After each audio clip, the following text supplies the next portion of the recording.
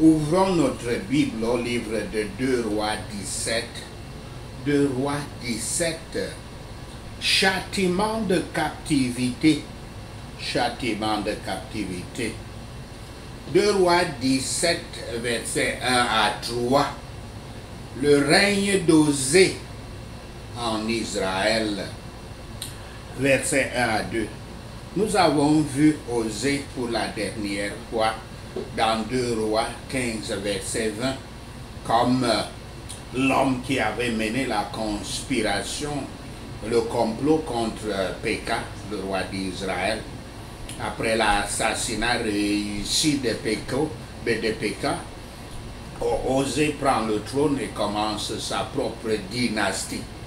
Bien qu'il soit un homme méchant, il n'est en aucun cas pire que les autres rois d'Israël. C'est pendant son règne, cependant, que le royaume d'Israël est effectivement détruit. Verset 3. Dans le modèle du roi Menahem, avant lui, dans 2 Rois 15, verset 17 à 22, Osée accepte le statut de vassal, de serviteur, de tributaire du roi d'Assyrie.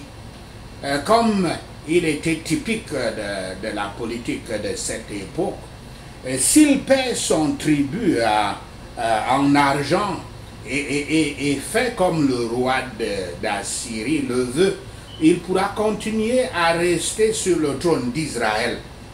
Cela nous rappelle que le jugement peut ne pas venir au plus haut du péché.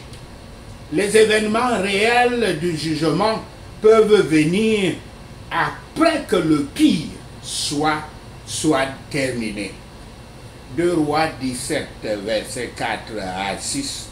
Les Israélites emportés comme prisonniers par les Assyriens. Le roi Osée espère trouver de l'aide, mais évidemment pas de Yahweh, mais plutôt du roi Osorkon 4, qui régnait dans l'est de la basse Égypte, également appelé So dans les Écritures, So, le roi So, qui est en constante lutte de pouvoir avec l'empire assyrien montant. Là, en raison de cette conspiration contre son oppresseur assyrien et de l'incapacité de payer le tribut annuel, Osée est emprisonné par le roi d'Assyrie. Versets 5 et 6, le roi d'Assyrie entreprend une longue campagne dédiée à écraser le royaume rebelle d'Israël qui a défié le pouvoir de l'empire assyrien. Quoique cela dure 3 ans, cela vaut la peine pour les Assyriens. Lorsque la ville de Samarie, la capitale, tombe finalement et que le royaume du Nord est conquis, les Assyriens appliquent leur politique typique à l'égard des nations conquises. Ils déportent tout le monde, sauf les classes les plus basses, vers les villes clés de leur propre empire, afin d'utiliser les personnes les plus talentueuses et d'asservir les personnes capables. Lorsque les Assyriens dépeuplent et exilent une communauté conquise, ils font voyager les captifs des centaines de milles. Les captifs étant nus et attachés les uns aux autres avec un système de cordes et d'hameçons accrochés dans leurs lèvres inférieures, comme cela est décrit dans Amos 4, versets 2 à 3. Quand la mesure du péché sera remplie, Yahweh ne s'abstiendra plus. Les habitants de Samarie doivent avoir subi une grande affliction. Certains des pauvres Israélites étaient laissés sur la terre, sur place. Ceux qui étaient emportés captifs à de grandes distances étaient surtout perdus parmi les nations. C'est ça qu'on appelle les 10 tribus perdues d'Israël. Ils se perdaient. Ils n'étaient plus une nation, ils n'étaient plus un royaume.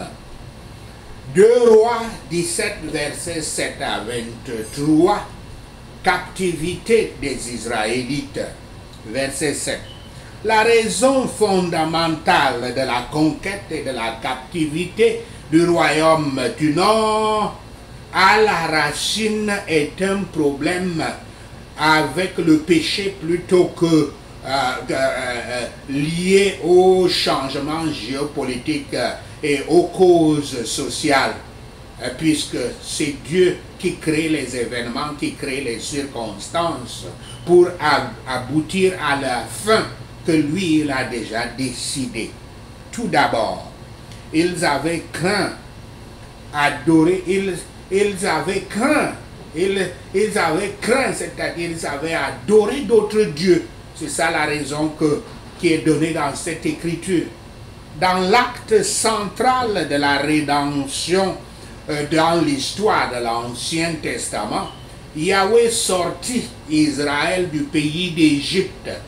Le souvenir de cet acte seul devait inciter Israël à défendre un engagement sincère envers Yahweh. Pourtant, ils ne se souvinrent pas de cela et craignirent plutôt d'autres dieux, adorèrent plutôt d'autres dieux, rompant ainsi l'alliance que Yahweh avait faite avec son peuple. Versets 8 à 15 inclut dans une liste d'accusations contre Israël est l'accusation selon laquelle il s'était conformé aux nations sans Dieu qui les entourent. Les nations sans Dieu qui les entouraient. Avant qu'Israël occupât Canaan, au temps de Josué, la terre promise était peuplée par des peuples païens dégénérés qui pratiquaient les pires types d'idolâtrie, les pires genres d'idolâtrie et des sacrifices humains. L'un des péchés fondamentaux d'Israël était qu'ils suivaient, les Israélites suivaient ces anciennes voies cananéennes. Yahweh chassa les nations cananéennes au jour, à l'époque de Josué, à cause de ces péchés. Le jugement de Yahweh n'est pas contre les Cananéens en raison de leur race ou de leur ethnicité, mais à cause de leur conduite. Versets 16 à 17. Les 2 veaux mentionnés ici, les veaux d'or mentionnés ici, se réfèrent au péché infâme de Jéroboam, que nous voyons dans 1 Roi 12, versets 26 à 29. Cette idolâtrie parrainée par l'État ne ruine pas immédiatement le royaume. Car le royaume du Nord, le royaume d'Israël, dure comme une nation indépendante pendant 200 ans après l'époque de Jéroboam. Pourtant, c'était certainement le début de la fin. Dieu leur donnait toujours pendant ces 200 ans et leur donnait l'opportunité de rentrer en lui et d'adorer le seul Dieu vivant. Ensuite, il y a aussi le culte des dieux cananéens par les Israélites. Présentons ici les 2 noms les plus connus de ces dieux, Asherah et Baal. Asherah, dans la mythologie sémitique, est une déesse mère qui apparaît dans un certain nombre de sources anciennes. Elle apparaît dans les écrits akkadiens sous le nom de Asheratum ou Asheratu, et en hittite comme Asherdou ou Ashertu ou Aserdou ou Asertu. Asherah est généralement considérée comme identique à la déesse ogaritique Atirat. Asherah est aussi identifiée comme la consoeur du dieu sumérien Anu, et le dieu ogaritique, et le dieu ogaritique El, que les musulmans ont transformé en Allah. Ces deux, Anu et El, sont les plus anciennes divinités dans leur panthéon respectif, le panthéon sumérien et le panthéon ogaritique. Il faut donc comprendre ici que le mot El, d'ailleurs, n'a jamais été utilisé par Dieu pour le suggérer. C'est un nom, c'est un mot païen. Je dis bien que c'est le dieu ogaritique El. Il y a quelques années, notre Père Yahweh m'avait dans une révélation vocale au réveil d'un rêve. Il me faisait entendre la répétition dans mes oreilles de ce mot pour me faire comprendre que le nom Anu qu'il faisait sonner dans mes oreilles, Anu, et je n'en savais absolument rien, je n'avais jamais entendu ce nom-là avant 2012 quand j'ai eu cette révélation. Et m'expliquant à la fin que c'était notre nom de Satan, Anu. D'autres preuves incluent les nombreuses figurines féminines déterrées dans l'ancien Israël par les archéologues, soutenant la thèse selon laquelle Asherah était utilisée comme une déesse, considérée même comme une consœur. Les Israélites la considéraient comme une consœur de Yahweh. Et Asherah était donc adorée comme une reine des cieux. Rappelez-vous que les églises, et ceci, le prophète Jérémie parle de ça abondamment. Rappelez-vous que les églises catholiques et orthodoxes appellent aussi Marie la reine des cieux. Les poteaux d'Asherah étaient des arbres sacrés et des palmes mentionnés à plusieurs reprises dans la Bible. Baal, de son côté, est un titre sémitique du nord-ouest et a un sens honorifique qui signifie, parce que Baal signifie maître ou seigneur, utilisé pour divers dieux qui étaient les dieux majeurs des villes du Levant et de l'Asie mineure, apparentés au dieu akkadien Belou. Les Baalistes ou Baalites, un Baaliste ou Baalite signifie un adorateur de Baal. Baal peut se référer à tout dieu et même à des fonctionnaires humains, les rois aussi.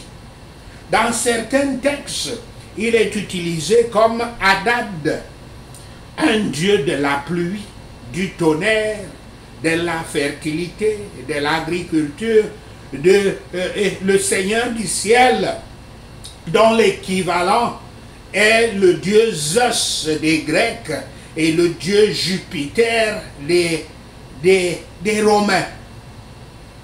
Puisque seuls les prêtres étaient autorisés, leurs prêtres étaient autorisés à prononcer son nom divin, Hadad, Baal était donc couramment utilisé. Néanmoins, peu ou pas l'usage biblique de Baal se réfère à Hadad. Le Seigneur, Hadad, le Seigneur qui trône sur l'assemblée des dieux sur la sainte montagne du ciel. C'est comme ça qu'il considérait Hadad. La plupart se considéraient à l'époque, mais le culte continue jusqu'à aujourd'hui. La plupart de ces dieux se réfèrent à une variété de divinités spirituelles locales adorées comme des images de culte. Chacune appelée Baal est considérée dans la Bible hébraïque dans ce contexte comme un, je cite, faux Dieu. Faux Dieu. Baal est l'une des nombreuses divinités locales de fécondité et de la nature adorées par les anciens peuples sémitiques. Yahweh considère Baal comme, je l'ai dit, un faux Dieu. Versets 18 à 23. Lorsque le royaume d'Israël tombe finalement, le peuple est dispersé par les Assyriens. Certains Israélites s'assimilent dans d'autres cultures, mais d'autres conservent leur identité juive comme exilés dans d'autres pays. Les 10 tribus du Nord sont donc perdues en termes d'existence, en tant qu'entité distincte. Et c'est pour ça que nous parlons des 10 tribus perdues d'Israël. Selon 2 Chroniques 11, versets 13 à 16, cependant, quand la nation avait commencé à tomber,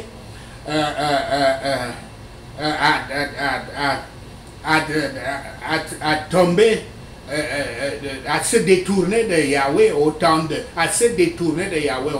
Jéroboam, les prêtres légitimes et les Lévites qui habitaient dans le royaume du Nord, parmi les 10 tribus du Nord, s'étaient déplacés du royaume du Nord d'Israël vers le royaume du Sud de Juda, et où ils s'étaient établis, afin qu'ils puissent garder leur foi pure.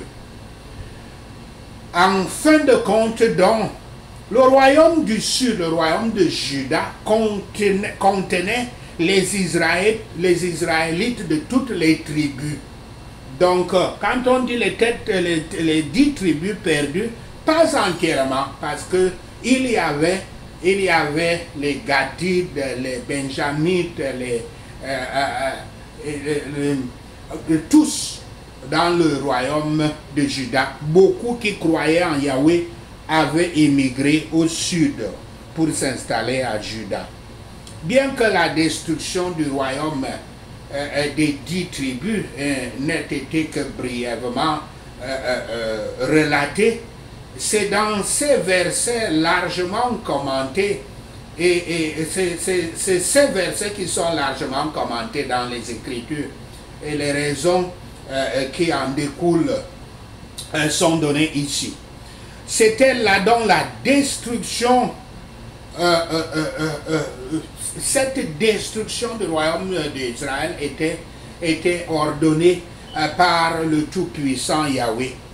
Les Assyriens n'étant que la verge de sa colère, comme le dit le prophète Ésaïe dans Ésaïe 10, verset 5. Ceux qui apportent le péché dans un pays ou une famille y apportent une peste et devront répondre pour tous les méfaits qui suivent. Tout aussi vaste que la méchanceté extérieure du monde, les péchés secrets, les pensées, les désirs et les desseins de l'humanité sont beaucoup plus graves, beaucoup plus grands. Il y a des péchés extérieurs qui sont marqués par comme une infamie, mais l'ingratitude, la négligence et l'inimitié envers Yahweh, et l'idolâtrie et l'impiété qui en découlent sont beaucoup plus malignes, sont beaucoup plus dangereux. Sans se détourner de toutes les voies mauvaises en gardant les lois de Yahweh, il ne peut y avoir de vraie piété.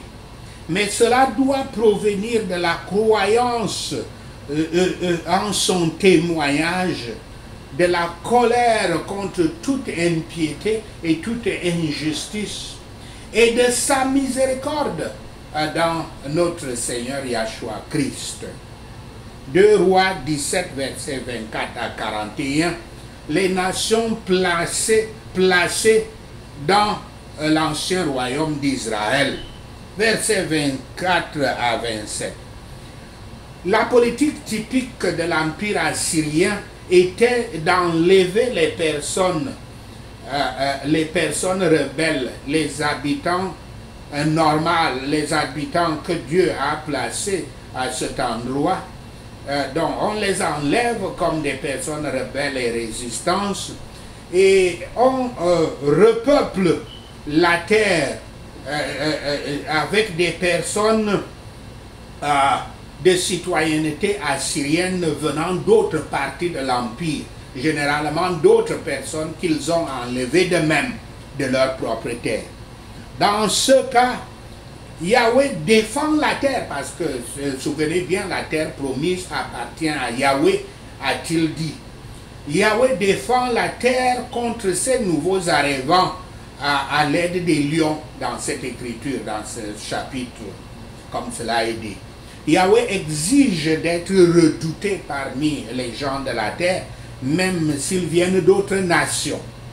Bien que la Syrie réponde, toutefois, parmi ces personnes réinstallées, se fondent dans la simple peur des lions. Versets 28 à 34. Ce prêtre sans nom et corrompu enseigne aux nouveaux habitants du pays une religion corrompue. Les nouveaux résidents d'Israël, qu'on appelle les Samaritains, plus tard, accordent une mesure de respect au Dieu d'Israël, mais ils servent également leur propre Dieu et choisissent parmi les croyances religieuses et spirituelles comme ils le souhaitent, comme cela était typique de cette époque historique et comme cela l'est devenu aujourd'hui sous prétexte de liberté religieuse. Cette religion mixte, d'abord promue par les Assyriens, continue pendant de nombreux siècles à Samarie, et on les appelle dans les Samaritains jusqu'au temps de la venue de notre Seigneur Yahshua Christ, au temps du Nouveau Testament. Versets 34 à 35 à 41, la base de l'alliance de Yahweh avec son peuple est une pureté de culte. Si le royaume avait adhéré à sa part d'alliance, cela resterait acceptable.